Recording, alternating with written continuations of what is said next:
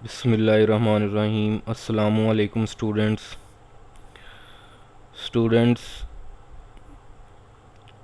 आज जो है बीएस मैथमेटिक्स सेकंड सेमेस्टर के स्टूडेंट्स के लिए जो है सेकंड लेक्चर। फर्स्ट लेक्चर में हम लोगों ने चैप्टर नंबर 10 की कुछ बेसिक डेफिनेशंस को जो है वो स्टडी किया था। आज जो है वो नेक्स्ट इंशाल्लाह जो है वो हम लोगों ने सेकंड आर्टिकल जो है उसकी चंद डेफिनेशंस और जो है उसके अबाउट चंद चीज़ें जो हैं वो हम लोगों ने करनी है। तो स्टार्ट करते हैं। कर्वी लीनियर रिग्रेशन और non linear regression. If regression of y on x cannot be represented in the form y is equal to a plus bx, then regression is said to be curvilinear regression। ये last time भी हम लोगों ने बात की थी कि ऐसी रिग्रेशन लाइन जो y on x की फॉर्म में जो है वो रिप्रेजेंट ना हो सके उसको जो है वो हम कर्वी लीनियर रिग्रेशन बोलते हैं। ठीक है जी। जो लाइन जो है वो straight line y is equal to a plus B X की फॉर्म में रिप्रेजेंट ना हो सके उस लाइन को जो है वो हम जो है कर्वी लीनियर या नॉन लीनियर रिग्रेशन लाइन कहते हैं।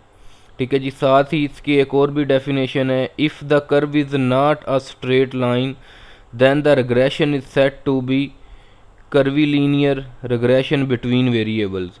ठीक है, यानी कि अगर स्ट्रेट लाइन की फॉर्म में उसका ग्राफ जो है वो नहीं बनता तो देन हमारी जो है वो रिग्रेशन लाइन जो है वो कर्वीलीनियर रिग्रेशन लाइन होगी। ठीक है जी। तो स्टूडेंट्स नेक्स्ट जो है वो हम लोग नेक्स्ट डेफिनेशन पे जो है वो मूव करते हैं। रिग्रेशन लाइन और regression equation. The line of regression is the line which gives the best estimate to the value of one variable for any specific value of other variable। ठीक है जी। तो ऐसी रिग्रेशन लाइन जो हमें best estimate जो है वो एक वेरिएबल के प्रोवाइड करती है उसको जो है वो हम जो है वो रिग्रेशन लाइन जो है कहते हैं। ठीक है जी।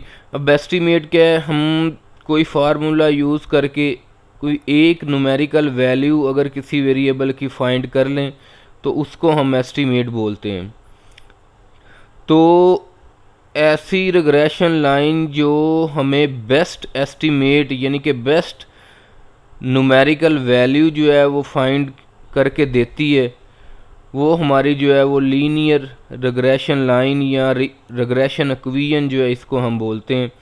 इसकी से जो है वो मज़ीद simple definition, a line a straight line that best represent relationship between two variable. यानी कि ऐसी स्ट्रेट लाइन जो बेस्ट रिलेशनशिप जो है वो एक्सप्लेन करे बिटवीन टू वेरिएबल, दो वेरिएबल्स के दरमियान, तो वो हमारी जो है वो रिग्रेशन लाइन जो है उसको हम बोलते हैं या उसे हम जो है वो रिग्रेशन इक्वेशन भी बोलते हैं। सिंपल रिग्रेशन लाइन कौन सी होती है? अ regression equation that include one independent variable and one dependent variable is called simple regression equation. ठीक है जी।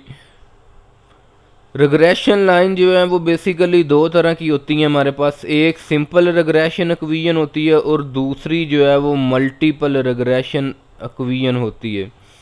ठीक है जी। हमने सबसे पहले जो है वो सिंपल रिग्रेशन लाइन को डिस्कस करना है। सिंपल रिग्रेशन इक्वेशन जो है वो ऐसी रिग्रेशन इक्वेशन होती है जिसमें एक इंडिपेंडेंट वेरिएबल हो और एक हमारे पास डिपेंडेंट वेरिएबल हो, उसे हम जो है वो सिंपल रिग्रेशन इक्वेशन बोलते हैं। ठीक है जी। तो सिंपल रिग्रेशन इक्वेशन को जो है वो फाइंड करने के बेसिकली 3 मेथड्स हैं हमारे पास। सबसे पहला है the scatter diagram, the method of least square, regression coefficient method. ठीक है जी, 3 तरीक़ों से हम ये रिग्रेशन इक्वेशन जो है वो अपनी फाइंड आउट कर सकते हैं। तो आज जो है वो सबसे पहला हम लोगों ने मेथड जो है उसको देखना है कि फर्स्ट मेथड जो है वो किस तरह वर्क करके जो है हमें रिग्रेशन इक्वेशन जो है वो प्रोवाइड करता है। तो स्टार्ट करते हैं। स्कैटर डायग्राम और स्कैटर प्लॉट। स्कैटर डायग्राम का दूसरा नेम जो है स्कैटर प्लॉट भी है। The graphical presentation of a set of n pairs of observation by taking the values of independent variable on x-axis in a graph and the value of dependent variable on y-axis is called scatter diagram। ठीक है जी, तो graphical presentation of n number observation, यानी कि हमारे पास जो data आएगा, numerical data जो होगा वो n pair of number observation में आएगा, यानी कि जितनी वैल्यूज़ x की होंगी उतनी हमारे पास जो है वो y की वैल्यूज़ होंगी। तो ये नंबर ऑफ पेयर ऑब्जर्वेशन बन जाता है। ठीक है जी, तो इन वैल्यूज़ में से जो इंडिपेंडेंट वेरिएबल होगा उसको हमने x एक्सिस के पैरेलल जो है वो हमने जो है वो अपनी स्केल पर जो है वो पुट कर देना है। और सेम इसी तरह से जो डिपेंडेंट वेरिएबल है हमारा उसको आप लोगों ने जो है वो y एक्सिस पर जो है वो हम लोगों ने प्लॉट कर देना है। ठीक है, तो ये हमारे पास जो है जब प्लॉटिंग हो जाएगी ग्राफ पर तो ये स्कैटर डायग्राम की फॉर्म में जो है वो आ जाएगा। इसकी एक और सिंपल डेफिनेशन है, graph of pair of observation on two variable is called scatter diagram. ठीक है जी, दो ऑब्जर्वेशन पेयर ऑफ ऑब्जर्वेशन का जो ग्राफ होता है उसको हम स्कैटर डायग्राम या स्कैटर प्लॉट जो है वो कहते हैं। नेक्स्ट इसकी अजम्पशंस हैं। ठीक है, अजम्पशंस को जो है वो स्टडी कर लेते हैं। The line should be as close as possible to all point on the graph. ठीक है जी, मतलब कि पहली अजम्पशन इसकी क्या है कि आपने जो लाइन जो है वो ड्रा करनी है ग्राफ के ऊपर, जो पॉइंट्स लगाने हैं वो एक दूसरे से जो है वो क्लोज होने चाहिए। ठीक है, यानी कि ऐसा नहीं करना आपने जब प्लॉटिंग करनी है पॉइंट्स की तो उनके दरमियान जो है वो ज़्यादा डिफरेंस ना हो पॉइंट्स के दरमियान। दूसरी assumption, at most an equal number of points should be there on either side of line. ठीक है जी, लाइन के दोनों तरफ हमारे पास सेम पॉइंट जो है वो आने चाहिए। ठीक है जी, यानी कि अगर आपके पास 6 पेयर ऑफ ऑब्जर्वेशंस हैं तो उसमें से 3 जो हैं वो पॉइंट्स लाइन के अबव साइड पर आने चाहिए और 3 पॉइंट्स जो हैं वो लाइन के बिलो साइड पर आने चाहिए। ठीक है जी, इस तरह से तीसरी assumption, the point of either side should be equi distance from the line. ठीक है जी, तो जो हम पॉइंट्स जो हैं वो ड्रा करेंगे वो लाइन से इक्वी डिस्टेंस पर होने चाहिए, यानी कि दोनों साइड पर जो है वो इक्वी डिस्टेंस से हों। ये 3 अजम्पशंस हैं जो हमें लाइन को ड्रा करते वक्त, रिग्रेशन लाइन को जब ग्राफ पर प्लॉट करेंगे तो प्लॉट करते वक्त हमें इन 3 अजम्पशन का जो है वो ख्याल रखना पड़ेगा।